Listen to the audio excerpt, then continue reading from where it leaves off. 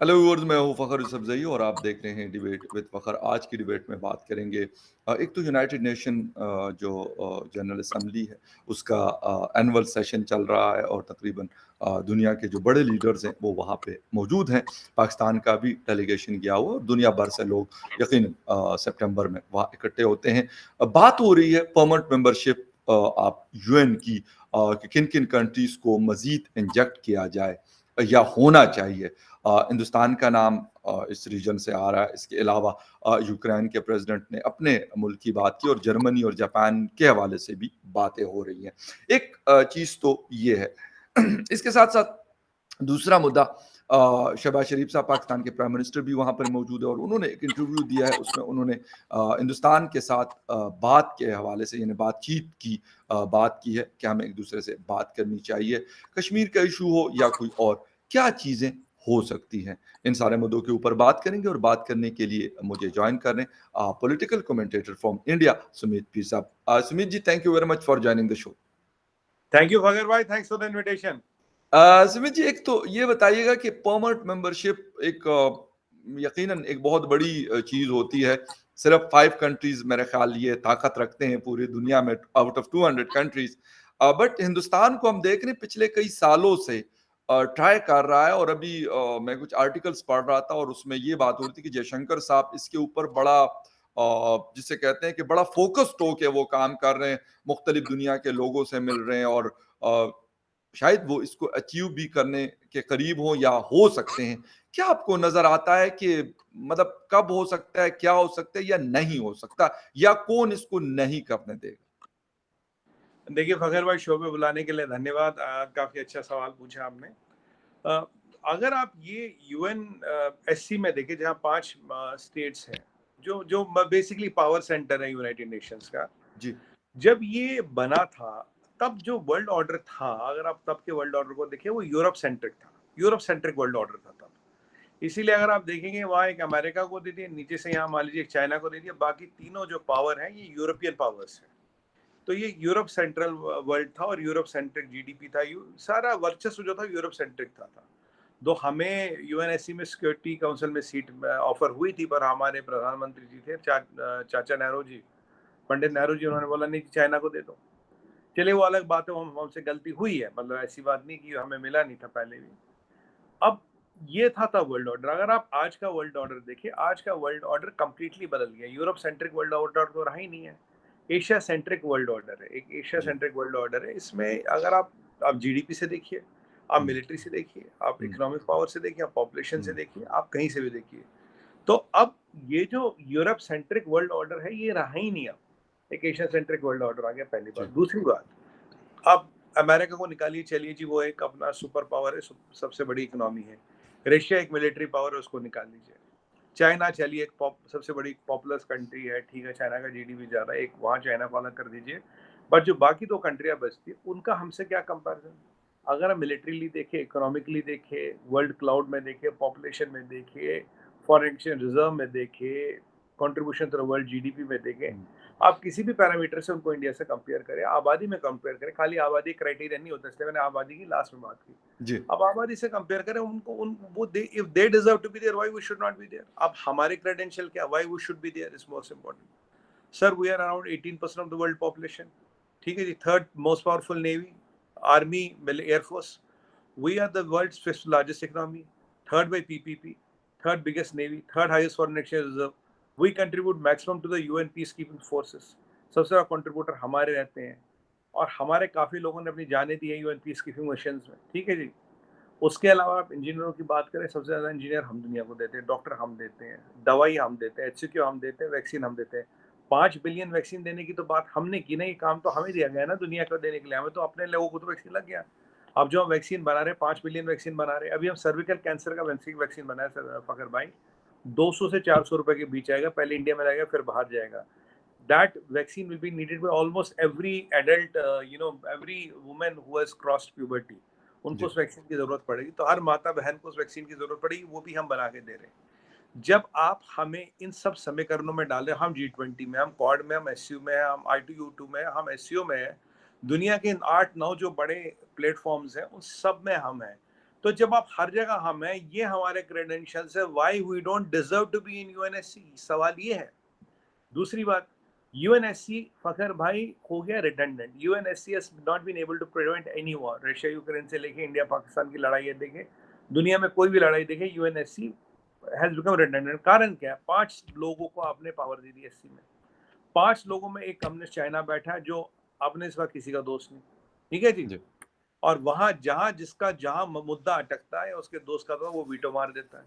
अब आप देखिए, यहाँ विडम्बना बताता हूँ आपको, हाफिज सईद को पाकिस्तान कहता है टेररिस्ट है, हाफिज सईद को कहता है फिर टेप, हाँ ये इसको पकड़ के देंगे हम तुम्हें, ठीक है जी, ये इसको पकड़ भी लिया हमने, इसको हमने जेल में डाल दिया। वही हाफिज सईद पे, वही मसूद अजहर पे चाइना टेक्निकल होल्ड लगाता है। अब चाइना का ना हाफिज सईद से राइट ना लेफ्ट, ना मसूद अजहर से ना right left, but technical hold लगाने में वो सबसे आगे है। क्योंकि एक ऑटोक्रेटिक कम्युनिस्ट कंट्री ने पूरे दुनिया का सिस्टम खराब कर दिया। बोलोगे सुमित जी ये तो आपका परसेप्शन होगा, हम तो नहीं मानते। काफी लोग बोलेंगे भाई हम तो नहीं मानते। फखर भाई अगर ये दुनिया में आइलैंड्स ऑफ पावर बन रहे हैं, अगर यूएन इफेक्टिव होता, एससीओ की जरूरत नहीं थी, क्वाड नहीं होता, I2U2 नहीं होता, एससीओ नहीं होता, एक बीएसए करके ऑर्गेनाइजेशन है वो नहीं होती, कई सारी ऐसे ऑर्गेनाइजेशन है, G20 है, ये नहीं है, ये सब क्यों हुई? They are called typically geopolitics में islands of power. Islands of power तभी बनते हैं जब मेन बॉडी डिफंक हो गई है, जब मेन बॉडी काम की नहीं हो गई है। अब ये छोटे छोटे आइलैंड्स ऑफ पावर बन गए हैं। अब इस आइलैंड्स ऑफ पावर की जो मैकेनिज्म बहुत कॉम्प्लेक्स हो गई है। देखिए कहीं हम चाइना के साथ कहीं विरोध करते हैं, कहीं हम उनके साथ टेबल पे बैठते हैं, करेक्ट? बिल्कुल आप एससीओ की बात करें, जी, बिल्कुल। और इंडिया एक ऐसी ब्रिक्स में आप लोग बैठे हुए इकट्ठे। हाँ, मैं बिल्कुल। आपको इंडिया एक ऐसी कंट्री, मोदी जी एक वाहिद प्राइम मिनिस्टर है जो हर फोरम में बैठते हैं। यहाँ हम्म तो जी भी नहीं बैठता, पुतिन भी नहीं बैठता, और ये आपके ये पुतिन भी नहीं बैठते। तो अब हुआ क्या, अब इन इन फोरम्स में किसकी कितना नेटवर्किंग है, कौन कितना मैश कर सकता है अपने आप के रिलेशंस को। मैश मतलब what we talk in technological mash, not the English mash, the where the we can have redundancy in structure and where no single point of failure can be in a network. The meshing of these networks will bring the composite strength. ये आज की दुनिया की सच्चाई रहेगी, तभी UNSC useless है। लेकिन सुमित और जी। एक बार आपको बताऊं, जी जी लास्ट पॉइंट बताऊं, 2 साल पहले मोदी जी ने खुद बोला था, मैं उस डिबेट में था, मैं नेशनल टीवी में बोला था कि we are losing patience, we are losing patience. Now मैं तो डायरेक्ट बोलूंगा, आपके पहले भी आपके शो में कई बार बोल चुका हूँ और आगे भी बोल चुका हूँ, it is for UNSC to think, do they want to be, you know, do they want to be relevant in today's time और नॉट। फकर भाई मेरा ये मानना है, इन कंट्री जो आपने बोला उनके अलावा साउथ अफ्रीका, ब्राजील, इनको भी आपको रिप्रेजेंटेशन देनी पड़ेगी। यूएनएससी में कम से कम 12 मेंबर होने चाहिए, 10 से 12 मेंबर मेरे हिसाब से, और that should go by majority vote. अगर तब भी एक को वीटो देके कुछ नहीं होगा। अगर आप 70-30 करें, 80-20 करें, मान लीजिए 10 मेंबर है, अगर 8 मेंबर किसी चीज के खिलाफ है, कहते हैं भाई हाँ ये करना है, दैट शुड बी यूएन का फैसला। अगर ये फिर एक मेंबर के पास वीटो पावर होगा तो वहां तो कुछ होगा नहीं ना, एक बंदे ने 8 लेकिन चीज के बाद लेकिन खत्म। लेकिन देखिए सुमित जी, एक चीज और है कि मतलब ये तो जिसने भी ये सिस्टम बनाया हुआ उसने ये इसीलिए बनाया हुआ है कि भाई बाकी 200 को हमने इसी के जरिए कंट्रोल करना है। ये बात तो हमारे सामने बड़ी क्लियर है। वो बेशक आपका जो परमानेंट मेंबरशिप है वो अमेरिका कह दे कि चले ठीक है, यूके कह दे कि ठीक है, बाकी जो मेंबर्स हैं वो कह दे ठीक है, लेकिन चाइना कहता है नहीं भाई हमने तो नहीं बिल्कुल करने देना सही इनको। है। तो आपका खत्म हो गया। मतलब आपकी बेशक वो एक तरफ मेजॉरिटी और एक तरफ एक चाइना का वोट, तो खत्म हो गई बात, जीरो। नहीं, ये आपने बहुत बढ़िया विषय उठाया। देखिए दिक्कत क्या है, दिक्कत आज देखिए चाइना क्या कर रहा है। चाइना हमारे खिलाफ, जो हमारे इंटरेस्ट है उसके खिलाफ, वो जैसे मैंने आपको बताया कि जी एक टेररिस्ट है जिसको पाकिस्तान भी पकड़ना चाह रहा है, जिसको जी पाकिस्तान जी ने बोलने में जे मिल रहा है, एफएटीएफ में डाल, चाइना उसका टेक्निकल होल्ड लगा रहा है। हाँ अब दिक्कत क्या है, दिक्कत देखिए चाइना का सिंपल एजेंडा है इंडिया के इंटरेस्ट के खिलाफ काम करना है, इंडिया का रास्ता रोकना है, जैसे रोक सकता है किसी भी जी तरह किसी भी कीमत पे। जी जी अब आप ये देखिए ना, एससीओ में हम चाइना के साथ बैठे और हाँ बिल्कुल यहाँ आप ये पंगा काट रहे हो, राइट? हाँ सारे लोग कहते हैं भाई इंडिया को परमानेंट मेंबर होना चाहिए, बट जी ये चाइना वाला पंगा। पर देखिए जो जैसे यूएन की रूपरेखा है, मतलब एक चाइना के टेक्निकल होल्ड, चाइना के कहने से ऐसा नहीं कि यूएनएससी में आप मेंबर नहीं बन सकते, बट हाँ आपका जी कोई भी इंटरेस्ट जो यूएनएससी तक जाएगा, चाइना उसको खराब जरूर कर सकता है। हमारी अपील और हमारा पिच तो पूरे यूनाइटेड नेशंस को। अब तो हम कह रहे हैं कि भाई अगर आप हमें नहीं बना रहे हो, देखिए पहले G7 में मेंबर नहीं थे पर हमें बनाया गया, जी एक टाइम में G20 में मेंबर नहीं थे, हमें बनाया गया। अब दुनिया में कोई ऐसी फोरम नहीं जो हमें छोड़ के बनाई जा रही है। अब कहने की बात यह है कि आज हमें मेंबर नहीं बनाएंगे तो आपका फोरम अधूरा। How can you take, how can you miss 18 to 19% of the world population, और फिर आप कौन से इंटरनेशनल फोरम की बात कर रहे हैं? अगर आप हमें हर जगह में मेंबर डाल रहे हो, हर जगह के मेंबर है, क्वाड से लेके ब्रिक्स से लेके एससीओ तक से G20 तक, और यहाँ कह रहे हो कि नहीं नहीं नहीं भाई यहाँ मेंबरशिप नहीं है, तो जो बाकी दो मेंबर है P5, तो उनका हमसे कैसा बड़ा स्टैचर है, क्या बड़ा स्टैचर है, क्यों है वो मेंबर, हम नहीं है? If they deserve to be member, why don't we deserve to be member? Sir, respect is not demanded, respect is commanded. मतलब एक जगह आप हमें मेंबर रख रहे हो, सब कर रहे हो, हर फोरम में हमें लगा रहे हो, और दूसरे का नहीं, यहाँ मेंबर नहीं बन सकते। तो ये हमारी अपील तो यूनाइटेड नेशंस को है, क्योंकि अगर ऐसी चीजें चलती रही, देखिए फखर भाई, आप भी जानते हो, मैं भी जानते हूँ, आज डब्ल्यूएचओ की जो वक्त है, 5 साल पहले डब्ल्यूएचओ की एक अथॉरिटी थी, आज डब्ल्यूएचओ की वो अथॉरिटी नहीं रही। अगर आप देखें, नहीं है। जो 5 बिलियन वैक्सीन बनाने की का सेटिंग किसको बिठानी चाहिए थी? डब्ल्यूएचओ को। वो क्वाड बिठा रहा है।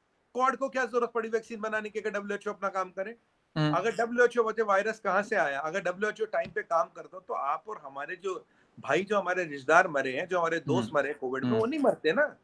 हमारे कितने लोग जो मेरे साथ टीवी पे आते थे बेचारे नहीं रहे। बट मैं कह रहा हूँ कि जब ये इंटरनेशनल बॉडी डिफंक्ट होगी, नॉन फंक्शनल होगी, तभी इन चीजों की जरूरत पड़ रही है। लेकिन हमारा अपील भी है और हमारा वार्निंग भी है। ठीक है, दोनों 2 in 1 है, अपील प्लस वार्निंग। अगर all the things will take its own course. Let's suppose आपकी अपील नहीं मानी जाती, तो फिर आपका क्या एक्शन होगा? एक बात तो ये। सेकेंडली ये है कि लाजमी सी बात है, पाकिस्तान को भी पता है कि अगर परमानेंट मेंबर बनता है हिंदुस्तान, तो वो फिर मतलब एफएटीएफ में कहते हैं नाक में दम करके रखा हुआ है वहां पे।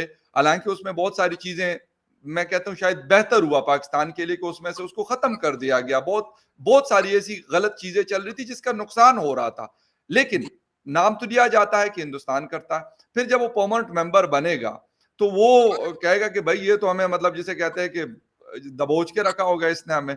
तो लाजमी सी बात है, वो फिर जो अरब कंट्रीज है या फिर चाइना है उनके पास, या अगर कोई उनकी और वो चलती है, तो कोशिश तो वो करेंगे ना। अगर हम लोगों के ताल्लुकात बेहतर होते हैं, लेट सपोज इस रीजन में चाइना के हिंदुस्तान के साथ, पाकिस्तान के हिंदुस्तान के साथ, और आपस में अगर हम सबके बेहतर हो जाती, इवन अफगानिस्तान के साथ, तो उसका फायदा शायद फिर हम सबको हो सकता है। देखिए फखर भाई, ताल्लुकात बेहतर होने से कोई बढ़िया तो कोई अच्छी चीज होती नहीं। दैट्स अ परफेक्ट वर्ल्ड, मतलब उसमें तो कोई डाउट ही नहीं। There is nothing like peace, there is nothing like trust and friendship. इसका दुनिया में कोई मतलब दूसरा पैरेलल है नहीं। जी बिल्कुल। अब आपको मैं बताऊं, आप एफएटीएफ की बात करते हैं, देखिए एफएटीएफ में फखर भाई सच्चाई ये है, देखिए आप भी जानते, मैं भी जानते हो, 12 से 13 कंट्रियां वही वोट करती है जहां यूएस करता है। आप एफएटीएफ से के ग्रेड लिस्ट से निकलोगे या ना निकलोगे, ये यूएस डिटरमाइन करता है। सच्चाई है, मैं आपको सच्चाई डायरेक्ट बोलता हूं। नहीं, लेकिन एक मैं कह रहा हूं, एक परसेप्शन की बात मैं हाँ, कर रहा हूं, मुझे परसेप्शन भी उसकी वो है, मैं हाँ, मतलब I agree with you, I agree with you on this perception की पॉइंट, बात बिल्कुल बिल्कुल। सही है आपकी। परसेप्शन की बात बिल्कुल सही है, पर दुनिया और हमारे दर्शकों को ये जानना जरूरी है, यूएस डिटरमाइन करेगा। आप काम करो या ना करो, आप अगर नहीं भी करोगे तब भी आप एफएटीएफ से ग्रे लिस्ट से बाहर आ सकते हो। देखो, ब्लैक लिस्ट में आप जा नहीं सकते, 3 कंट्री आपको चाहिए, मलेशिया, टर्की और चाइना आपको ब्लैक लिस्ट में जाने नहीं देगा। ये मैं टेक्निकल बात कर रहा हूँ, ये मैं मतलब राजनीतिक बात नहीं कर रहा। आप ब्लैक लिस्ट में जा नहीं सकते इनके होते हुए। जी जी। ग्रे लिस्ट में आप कब निकलोगे, ये United states of America determine करेगा, ना जर्मनी डिटरमाइन करेगा, ना एफएटीएफ का विजिट डिटरमाइन करेगा, ना एफएटीएफ रिपोर्ट क्या देता है ये डिटरमाइन करेगा। जिस दिन अमेरिकन चाहेंगे उस दिन आप लिस्ट से बाहर निकल जाओ। आपको लिस्ट में डलवाने वाला इंडिया नहीं है सर, लिस्ट में डलवाने वाला यूनाइटेड स्टेट्स ऑफ अमेरिका है। आप देखिए, वो आप पूरे आप जो वोटिंग पैटर्न उठाइए पिछले 5 7 10 बार का स्टडी कीजिए, आपको समझ जाएगा मैं क्या कह रहा हूँ। अब यहाँ पे चीज क्या है, अगर हम देखिए, इसीलिए मैंने क्या कहा, मैंने कहा 12 एक लोग, मैं नहीं कहता इंडिया को घुसा, मैं कहा 12 एक लोग हर रीजन से घुसने चाहिए और एक मेजोरिटी वोट होना चाहिए। मान लीजिए आज में रशिया की गलती, यूक्रेन की गलती, अगर 10 माने अगर 10 मेंबर है, 70-30 आप रखते हो, 7 कहते हैं ये रशिया की गलती है तो रशिया के अगेंस्ट सैंक्शन हो। अगर 7 कहते हैं यूक्रेन की गलती है तो यूक्रेन के अगेंस्ट सैंक्शन। देखो, कभी 10 के 10 एक प्लेटफॉर्म पे नहीं आएंगे, नहीं आएंगे, बिल्कुल। 70-30 80-10, मतलब 80-20 कहीं तो आप रुकेंगे ना। अगर आप बोलेंगे पूरे 13 मानेंगे, नहीं मानेंगे, तब आप 70-30 कर लीजिए, 10 में से 7 मान के जो है चलो, तब एक वर्ल्ड ऑर्डर रिस्टोर होगा। तब चाइना, देखिए अभी का ये मसूद अजहर वाला केस ले लीजिए जी। अब चाइना को छोड़ के तो कोई इस पर आपत्ति नहीं कर रहा। अगर यहाँ मेजोरिटी वोट होता, 80-20 होता, तो मसूद अजहर के खिलाफ जो सैंक्शंस लगनी थी लग गई होती। अब आपके वो एक्स आर्मी के मेजर है मीर, मिस्टर मीर, तो उनके खिलाफ भी वही केस था, वहां चेक ना फिर टेक्निकल हमजा अमीर। हाँ, अगर यही 80-20 वाली स्थिति होती तो ये चीज हो गई होती। दुनिया में बहुत सी गड़बड़े अभी नहीं होती अगर 80-20 या 70-30 वाली सिचुएशन होती। तो अब दुनिया में ज्यादा लोगों को मेंबरशिप देने की जरूरत है और एक मेजॉरिटी वोट से चलने की जरूरत है। नहीं जी, तो अगर आप अब मैं आपको बता रहा हूँ फखर भाई, डायरेक्ट बता रहा हूँ, अगर आप 60 लोगों को भी मेंबर बनाना यूएनएससी का, 60 लोगों जी, को, जी, जी, अगर एक के पास आपने वीटो छोड़ दिया कुछ नहीं होगा। 5 में भी वही बात होगी, 50 में भी वही बात होगी। You have to agree to a majority vote, maybe 80-20, 70-30, तब कुछ चीजों दुनिया में कुछ चीजों का मतलब चीज होगी। अब आप ठीक, बताइए, दुनिया में अभी खाने की जरूरत है वीट की जरूरत है।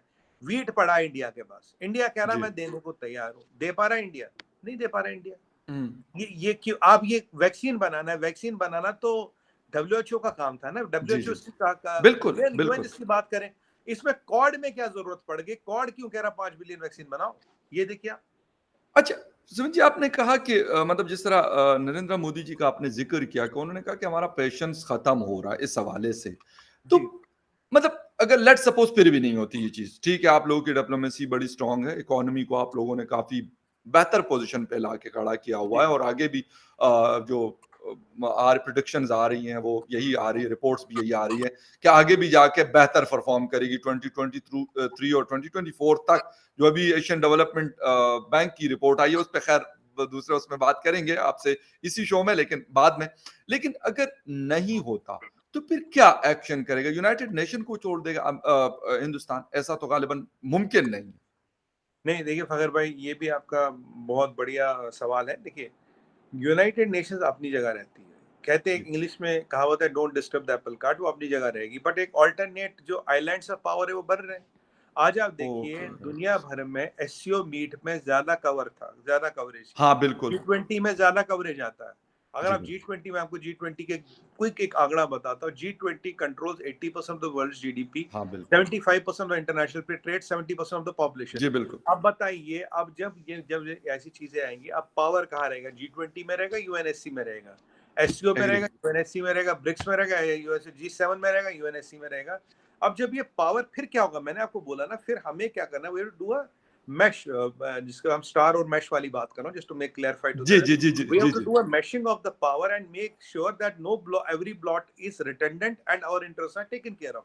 फिर एक डिप्लोमेसी दूसरे लेवल की बनेगी जो अभी हो रही है। ये मेरा ओके। कॉन्सेप्ट नहीं है फखर भाई, ये अभी हो रहा है। आप देखिए, एससीओ भी चल रहा है, ब्रिक्स भी हाँ, चल रहा है, क्वाड भी चल रहा है, आईटीयू2 भी जी। चल रहा है, एससीओ भी चल रहा है, G20 भी चल रहा है, G7 भी चल रहा है। अभी डॉक्टर जयशंकर का अगर आप यूएस में एजेंडा देखें, बहुत बड़ा जी। एजेंडा है। आपने ये भी सुना होगा, BSA is this what you call this, south Africa और ब्राजील और इंडिया। ये ब्रिक्स से अलग है, ये ब्रिक्स से अलग है, क्योंकि इन 3 मेरा कंट्रीज़ हमेशा का माना, आपस में है। हाँ ये ब्रिक्स से अलग, इसमें चाइना को हटाइए तो ब्रिक्स से अलग है। ऐसे हमारा एक अलायंस है जो वेस्ट इंडीज की कंट्री, जो इंडो पैसिफिक, जो हम कहते हैं ना, कैरेबियन की कंट्रीज, इनके जी, साथ जी, हमारा जी। एक हमारा साउथ अमेरिकन कंट्रीज के साथ अलग अलायंस है। ओके। तो अब ये अलायंसेस बनेंगे, ये जो mushrooming of power, islands of power ये बनेंगे, हुँ। जिसके बाद जितने ज्यादा जजीरे होंगे, जिसके बाद जितना ज्यादा जजीरों पे कंट्रोल होगा, वो ओवरऑल उतना पावर कमांड करेगा। मतलब जो सीधी सी बात है। इम्पोर्टेंस होगी यूनाइटेड नेशन की वो ऑटोमैटिकली कम होती जाएगी जब हम हाँ देखेंगे बिल्कुल, उसको। हो रही है सर, एज वी टॉक हो रही है। बिकॉज आप, यूनाइटेड नेशंस ने कौन सी लड़ाई प्रिवेंट कर ली? डब्ल्यूएचओ ने पेंडेमिक रोक दिया। क्या आपको वहां जो आप पे करोड़ों अरबों डॉलर खर्च किया जाता पेंडेमिक रोकने के लिए, वर्ड आपने नहीं फूड किया? की बात अगर हम कर ले, वर्ड फूड मतलब हंगर से आज भी लोग जो है वो कुछ नहीं हो रहा बेचारे है। भूख से मर रहे हैं। देखिए, मैं आपको कह रहा हूँ, दवाई आप नहीं बना पा रहे, लड़ाई हाँ, आप नहीं रोक पा रहे, चावल दाना रखा वो नहीं हाँ, कर। हाँ। चाइना 60% दुनिया का खाना होल्ड करके बैठा है। तो क्या कर रहा है यूएन? क्या कर पाया चाइना का? देखिए, अभी रशिया कुछ भी नहीं, यूक्रेन की वॉर हुई, क्या कर लिया यूएन ने? इंडिया पाकिस्तान की 4 लड़ाई हुई, क्या कर लिया कुछ यूनाइटेड भी नहीं। नेशन ने? कुछ नहीं कर लिया। मतलब भाई एक जिसे आइए, कहते हैं कि एक डिस्प्यूट जो खुद कहता है कि ये है और ये हमने करना है तो उसके ऊपर इवन बातचीत तक नहीं हो रही। ये मतलब एक अफसोस की बात है कि ये सारी चीजें नहीं हो रही। लेकिन सुमित जी एक चीज और है इस वक्त मियां शहबाज शरीफ साहब भी वहां पे मौजूद हैं और बाकी आप लोगों के भी यकीनन डेलीगेशन एक बड़ा इंपॉर्टेंट फोरम है वहां पर। बात हो रही थी पाकिस्तान हिंदुस्तान के ताल्लुकात, क्योंकि अगर हम बिलावल भुट्टो जरदारी साहब की स्टेटमेंट देखें तो उन्होंने कहा कि जी हमें ना ऑफर हुई हेल्प की और ना हम उसकी कोई एक्सपेक्टेशंस रखते हैं। फिर खैर उन्होंने एक लंबी तमहीद बांधी हिंदुस्तान के हवाले से, उन्होंने लंबी चौड़ी तकरीर में कहूँगा, इंटरव्यू नहीं, तो उन्होंने वो बातें की। ठीक है, उन्होंने कर ली। अब शहबाज शरीफ साहब दूसरी तरफ कह रहे हैं कि भई हिंदुस्तान हमारा नेबरिंग कंट्री है। हम बेशक अलग मुल्क ज़रूर हैं, लेकिन एक दूसरे से शायद अलग-थलग नहीं रह सकते, मजबूरी हो या खुशी हो या जिस तरीके से भी हो।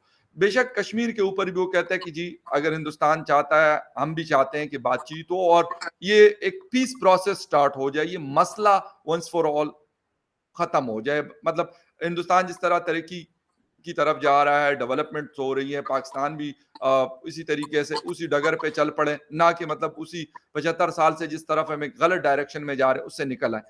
कितनी इंपॉर्टेंस है इस स्टेटमेंट की, और आया ये पॉसिबल है कि नरेंद्र मोदी जी या उनकी जो टीम है, वो कहें कि हाँ यार ठीक है, मुकाओ ये। बांग्लादेश के साथ भी आप लोगों ने मसला खत्म किया, चाइना के साथ भी काफ़ी हद तक खत्म किया और हो सकता है इन फ्यूचर मुकम्मल खत्म हो जाए आप लोगों का बॉर्डर डिस्प्यूट।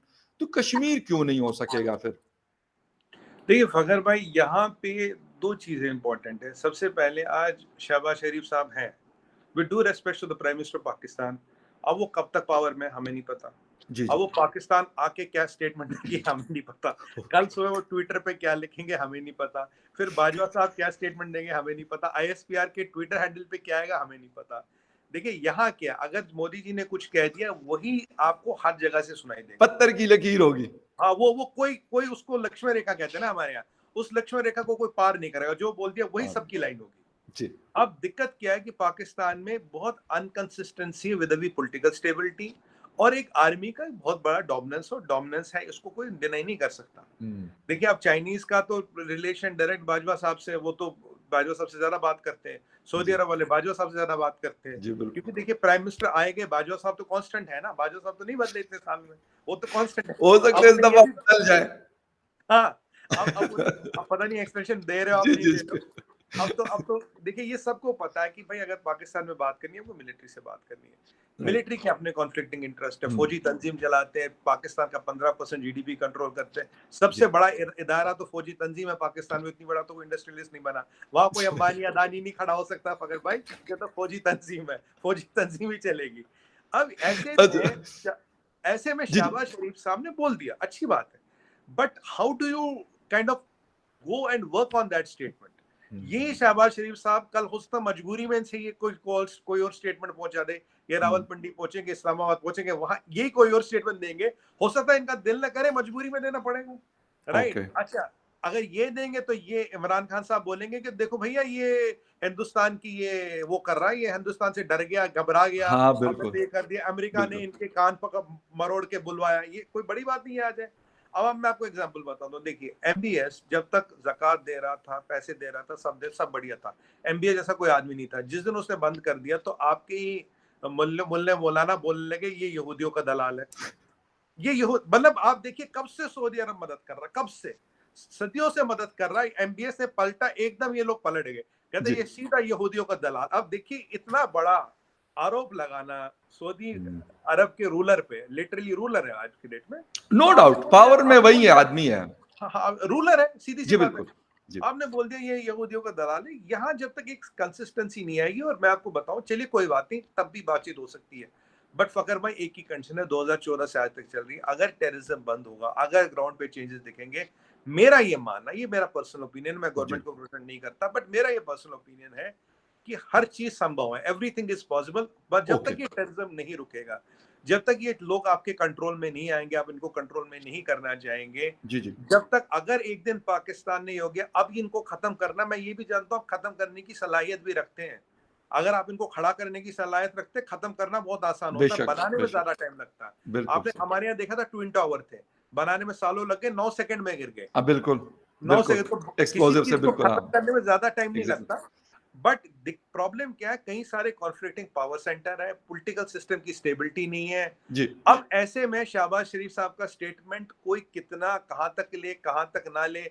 आपने तो एक डॉक्ट्रिन भी बनाया था ना, 100 साल तक इंडिया के साथ पीस करनी है, वो डॉक्यूमेंट कहाँ जी। आज के डेट, वो डॉक्यूमेंट गायब हो गया। Right. Conceptually okay, but practically लेकिन कैन इट लेकिन होल्ड द टेस्ट लेकिन ऑफ टाइम? लेकिन सुनिए जी, एक छोटी-सी चीज़, जो 100 साल पीस की बात हुई, मतलब सीधी-सी बात है कि वही वाली बात है, आप लोगों के यहाँ भी कहा जाता है, हमारे यहाँ भी, कि एक हाथ से ताली नहीं बजती।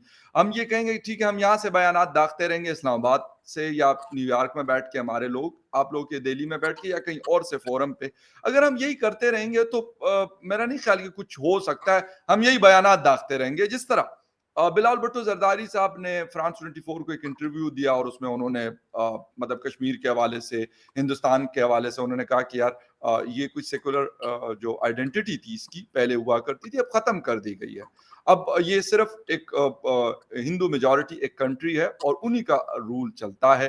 मतलब बहुत सारी खैर उन्होंने बातें की, फाशिज्म के हवाले से उन्होंने बातें की, उन्होंने माइनॉरिटीज के हवाले से बातें की, जिनसे मैं एज ए पाकिस्तानी मैं उनकी सारी बातों से एग्री नहीं कर रहा, but he is a foreign minister of Pakistan, तो यकीनन वो पाकिस्तान को ही रिप्रेजेंट कर रहे हैं वहां पे, वो कोई पर्सनल कैपेसिटी में वहां पे बात नहीं कर रहे थे। मैं और अगर आप बात करें तो हम एक पर्सनल कैपेसिटी में बात करते हैं, ना मैं पाकिस्तान की हुकूमत को रिप्रेजेंट करता हूं, ना आप हिंदुस्तान की हुकूमत को रिप्रेजेंट करते हैं। अच्छा, इन स्टेटमेंट से फिर क्या हम ले रहे हैं, क्या हासिल हो रहा है इन चीजों से? कश्मीर भी वही है, हिंदुस्तान भी वही है, इस तरफ का कश्मीर भी वही है, पाकिस्तान भी वही है। सो व्हाट, तो देखिए हम करना क्या चाहते हैं? मतलब हम और कितना अरसा 75 के बाद क्या 175 ईयर मजीद ये लेके चलेंगे आपस में? देखिए फगेर भाई, मतलब मैं तो आपकी हिम्मत की दाद देता हूँ। बहुत से लोग पाकिस्तान में रह के आपकी जैसी बात नहीं कर सकते। जी आप बोलते हैं, डायरेक्ट बोलते हैं, क्योंकि आप ना हिंदुस्तान की सोचते हैं, ना आप पाकिस्तान की सोचते हैं, जी आप लोगों की सोचते हैं, अपनी हम्म, कंट्री की सोचते हैं, बिल्कुल व्हिच इज वेरी गुड। मतलब ऐसा गुड, यही बिल्कुल सही कहा, माइंडसेट होना चाहिए। You are thinking for the betterment of Pakistan as such. Exactly. आप उस पॉइंट ऑफ व्यू से बात करते हैं। अब देखिए जरदारी साहब, भुट्टो साहब जो है, उनकी मजबूरी है। देखिए फॉरेन मिनिस्टर है, पहले उन्होंने बोला जी हम एक ट्रेड मिनिस्टर अपॉइंट करेंगे इंडिया से ट्रेड के लिए। हाँ जी फिर बोला बिल्कुल। उन्होंने कि it is not the time to talk on Kashmir. ये अभी 2 महीने पहले की बात है, right? It's not a talk. अब या तो भुट्टो साहब ये डिसाइड करे कश्मीर से इंडिया के साथ ट्रेड करना, नहीं करना, नहीं करना, तो फॉर ट्रेड मिनिस्टर को अपॉइंट किया। हाँ बात 2 महीने पहले आप कहते हो it is not the time to talk to on to India. अब वहीं जाके आप कह रहे हो जी बात नहीं हो रही है। अब शहबाज शरीफ साहब कहते हैं जी बात करनी है। तो एक पहले तो कंसिस्टेंसी मिसिंग है, पहली बात। दूसरी बात है हम्म, भाई, सीधी सी बात है, ये जब टेररिज्म, अगर आप एक टेंजेबल, ये जो आपके हाथ में, जो आपके बिल्कुल कंट्रोल में, अगर आप एक टेंजेबल एक्शन दिखा दो ग्राउंड पे vis-a-vis terrorist, vis-a-vis terrorist outfits, vis-a-vis intentions of hmm, ISI Pakistan army की, भाई अब हमारा वो ब्लीडिंग इंडिया पे 1000 का जो जनरल जियाउल हक का जो डॉक्ट्रिन था वो फॉलो नहीं कर रहे हैं। हाँ, जी अपनी जगह, हम अपनी जगह तरक्की की बात कर रहे हैं। मेरे को यकीन है उस दिन हर दरवाजा खुलेगा, हर चीज कांस्टेंट आएगी, but action has to be seen on the ground on Pakistani side. अगर वो हो गया, चीज कोई भी असंभव नहीं है। एक ही हाँ स्टम्बलिंग ब्लॉक है फखर भाई, एक, वो है टेररिज्म। अगर इसको कंट्रोल कर ले, और इसकी हम्म, गारंटी हो कि आगे नहीं होगा कुछ, नहीं हम यहाँ से कुछ नहीं करने देंगे, और ये गारंटी पाकिस्तान का एस्टेब्लिशमेंट दे दे, जी ये गारंटी पाकिस्तान के हुक्मरान दे दे, और ये गारंटी पाकिस्तान की आवाम दे दे। जिस जी दिन ये 3 लोगों ने गारंटी दी थी, उस दिन तो कहीं भी कुछ भी हो सकता है। मैंने तो हमेशा ये कहा कि ट्रेड भी हो सकता है, ट्रेड भी करना चाहिए, क्यों नहीं करना चाहिए? जी ट्रेड भी करना चाहिए। और जहां तक भुट्टो साहब कह रहे हैं कि भाई वो हम सेकुलर नहीं है, ये नहीं है, अगर आप हमारे यहाँ मुसलमानों की आबादी देखिए, आप पार्टीशन के बाद, आज़ादी के बाद बड़ी हिंदू की आबादी घटी है। जी आपके यहाँ तो आई थिंक हिंदू परसेंटेज 1.5% रह गया। 1000 जी हिंदू लड़कियां आप फोर्सफुली कन्वर्ट करते हो, आपका ह्यूमन राइट्स जी कमीशन कहता है। हर दिन में 2 से 3 लड़कियां कन्वर्ट हो रही, ये भी आपका ह्यूमन राइट्स कमीशन कहता है। मियाँ जी मिट्टू को आप भी जानते हो, मैं भी जानता हूँ जी मियाँ मिट्टू क्या करता है। नियाजी साहब पहले कहते हैं कि भाई मियाँ मिट्टू इसने रिलीजन कन्वर्जन की फैक्ट्री खोली है। जब नियाजी साहब पावर में आते तब बोलते हैं कि he is my inspiration, I am inspired by him. अगर मियाँ मिट्टू को आपके 50 से 70 कमांडो क्यों प्रोटेक्ट करे, हजारों एफआईआर है उसके खिलाफ, आज तक उसमें कोई कोई एक्शन नहीं होगा, ना होगा, जी ना होगा उसके खिलाफ, राइट? आपने ननकाना साहब की जो ग्रंथी की डॉटर है उसका क्या किस्सा, ऐसे कई सारे किस्से हैं। जी तो अब फखर भाई, तो ऐसे बात में जब आपकी मैथमेटिकली देखिए, कहते हैं mathematics is the most secret science. आपके यहाँ 6 लाख सिख थे, ठीक है, लाहौर में 6 लाख सिख पार्टीशन के टाइम में। अब आपका सेंसस कहता है 4000 सिख है। फखर भाई 5,96,000 सिख कहाँ गए? हवा खा गई, या हवा का, या जमीन निकल गई, कहाँ गए वो सिख? इसका आप पता 35 करते करोड़ हैं। की आबादी थी, कहाँ गए वो सिख? वो हिंदू कहाँ गए? 1.5% क्यों बचा हिंदू, जब यहाँ का मुसलमान हम्म, की आबादी बढ़ी है परसेंटेज में भी और नंबर में भी? वहां के हिंदू की आबादी घट के 1.5% क्यों रहेगी? जी अफगानिस्तान में तो क्या 0.1% या 0.2% जी रहती है। बिल्कुल बिल्कुल पाकिस्तान की भी बात करूं, तो ऐसे में देखिए, अगर ऐसे में भुट्टो साहब, जरदारी साहब ऐसी बातें करते हैं, तो वो आप चीजों को कुरेद रहे हैं, आप चीजों को सेटल नहीं कर रहे। एग्री एग्री बिल्कुल सही। अच्छा, लास्ट क्वेश्चन है एशियन डेवलपमेंट बैंक की एक रिपोर्ट की जिसमें ग्रोथ रेट की, जीडीपी की बात की गई है, चाइना, पाकिस्तान, इंडिया, श्रीलंका और मतलब इस रीजन के इवन फिलिपाइन वगैरह के हवाले से बात हुई है। 4.5% ग्रोथ रेट है इस वक्त चाइना का, जो एशियन डेवलपमेंट बैंक कह रहा है। हिंदुस्तान 7.2 है और 2023 में वो कह रहे हैं कि ये 8% पे पहुंच जाएगा। क्या ऐसी चीजें, हम 3.5 पे हैं, हमारे यहाँ मतलब ये कहा गया कि आप 3.5% के हिसाब से आपकी ग्रोथ रहेगी 2022 और 2023 फाइनेंशियल ईयर में। लेकिन क्या ऐसी चीजें हैं कि चाइना ने मिस की और हिंदुस्तान ने उसको यूटिलाइज किया और 7.2 पे और ये 4.5 पे रह गए? अरे फखर भाई, मतलब हैट्स ऑफ, क्या सवाल पूछा आपने, रियली रियली, मतलब it's a brilliant question. Sir एक ही चीज है, सीधा बोल जी जी। दूंगा, इसमें कोई पॉलिटिक्स नहीं, ये है इंटेंशन ऑफ प्रायोरिटी। हमारा इंटेंशन ऑफ प्रायोरिटी है हमारी तरक्की, हमारे आवाम की हाँ। तरक्की, हमारे देश को मजबूत बनाना। चाइना का इंटेंशन क्या, दुनिया को रोकना, कम्युनिज्म फैलाना, उसके घर में हुआवी का डब्बा लगा के उसकी खबर सुनना, अब जो दुनिया भर का क्रैक वायरस बनाना, राइट, आपको उधार देके आपके घर घर पे कब्जा करना, आपके यहाँ डैम बनाने हैं, जो सारे डैम टूट गए फिर उनका पोर्ट बनाऊंगा पर 1 मिलियन लोग बसाऊंगा। जब आपकी इंटेंशंस में, जब आपके कहते हैं ना इरादों में खोट आती है, तो कुदरत भी आपको उसी नजर से देखता है। जिस दिन आपके इरादे और इंटेंशन ठीक हो गए, जिस दिन आपने आदमी के लिए, इंसानियत के लिए काम करना शुरू किया, भगवान खुदा जीसस, आप जीव हो तो जिसमें अहूरा माजदा को मादे, जिसको आप मानते हैं वो सब आपकी मदद करेंगे और आपको दूसरे चीज पे ले जाएंगे। आप आदमी और अपने लोगों की भलाई पे काम करें, किसी और की जिंदगी, किसी और के मजहब, किसी और के देश में इंटरेस्ट ना रखें। सीधी सी बात है, हाँ वो करते हैं। ये चाइना की यही हालत है, इतना बड़ा फॉरेन एक्सचेंज रिजर्व होने के बाद भी चाइना की हालत ये। बाकी लोग तो खैर 2.3 और 3.5 के बीच कहते हैं। एक लास्ट चीज बोलूंगा फगर भाई, जी जी। एक कॉमन कॉन्सेप्शन है, मिसकॉन्सेप्शन है, चाइना के पास बहुत बड़ा फॉरेन एक्सचेंज रिजर्व है, $3 ट्रिलियन का, ये कहते हैं, अब पता नहीं है नहीं है। जी जी। पिछली बार मैंने आपको 1.5 ट्रिलियन का हिस्सा वैसे गिना दिया, कहाँ डूब गया। जी बिल्कुल। आज आपको बताऊं, चाइना में सबसे बड़ा जो सेक्टर है जो उनके जीडीपी को कंट्रीब्यूट करता है वो रियल एस्टेट, ठीक है, सबसे बड़ा कंट्रीब्यूटर। फखर भाई, चाइना का पूरा real estate has defaulted. China का, आपको पता है रियल एस्टेट का डेट कितना है? कंजर्वेटिव एस्टिमेट है, मॉर्गन स्टैनली ज्यादा कहता है, कंजर्वेटिव एस्टिमेट है $5 ट्रिलियन सर। रियल एस्टेट के डिफॉल्ट करने का मतलब है $5 ट्रिलियन आपने जला दिए, सही ठीक है। सही। मॉर्गन स्टैनली इसको 8 ट्रिलियन कहता है। वर्ल्ड का मोस्ट पेसिमिस्टिक एस्टिमेट है 5 ट्रिलियन। चाइना ने शूशा हाँ। ट्रेनें बनाई, बड़ी हाई फाई ट्रेनें मैंने बना दी जी हर जगह। बिल्कुल। गोंगजो से to Beijing, Beijing to Shanghai, 2 लाइनें हैं। सबसे बड़ा फास्टेस्ट ट्रेन नेटवर्क है चाइना के पास दुनिया में, प्रॉफिटेबल है। बाकी सारों में hundreds of billions of dollars का लॉस है। कितने? हंड्रेड्स ऑफ बिलियंस डॉलर्स का लॉस, शायद जितना आपका जीडीपी उतना उस नेटवर्क का लॉस है। राइट और उस राइट। नेटवर्क पे फखर भाई पता कर्जा कितना? 1 ट्रिलियन का। तो अगर आप ये बैंकिंग और फास्ट ट्रेन को मिलाए 6 ट्रिलियन हो गया। फॉरेन एक्सचेंज रिजर्व है 3 ट्रिलियन। 6 ट्रिलियन का ये मैंने आपको 30 सेकंड में हिसाब ओके। गिना दिया। तो अब बिल्कुल। आप बताइए, जब unless and until you have misplaced priorities, आप दुनिया के लिए जी रहे हैं भाई, अपने लिए जियो ना, अपने लोगों के लिए जियो, अपने कौम के लिए बिल्कुल। जियो, अपनी एग्जैक्टली। बहबूदी के लिए जियो। दुनिया के लिए जीना छोड़ दो भाई, दुनिया को एब्सोल्युटली। अपने हाल पे छोड़ दो, जियो और जीने दो। जिस दिन हम ये इंसान ये बात समझ गए, जियो और जीने दो, दुनिया में ना दिक्कत है ना एग्री। परेशानी, सब लोग चलेंगे सर। बिल्कुल सुमित जी, आपकी ये बिल्कुल बात सही है कि प्रायोरिटीज़ अपने जो नेशन है, अपनी आवाम है, अपनी जनता है, उनकी होनी चाहिए, ना कि किसी और की हो। तो यकीनन फिर आप तरक्की भी करेंगे और आपका मुल्क जो है वो आगे भी जाएगा। अगर आप किसी और के इंटरेस्ट को प्रोटेक्ट करते हैं और उसी के लिए काम करते हैं, तो फिर यकीनन उसका रिज़ल्ट बिल्कुल ऑपोज़िट होगा। Sumit ji, thank you very much for your time and viewers, thank you very much for watching debate with Fakhar Yusuf ji. किसी और डिबेट में फिर मिलेंगे, तब तक के लिए take care and bye. Thank you Fakhar भाई। बहुत शुक्रिया sir, thank you very much Sumit भाई।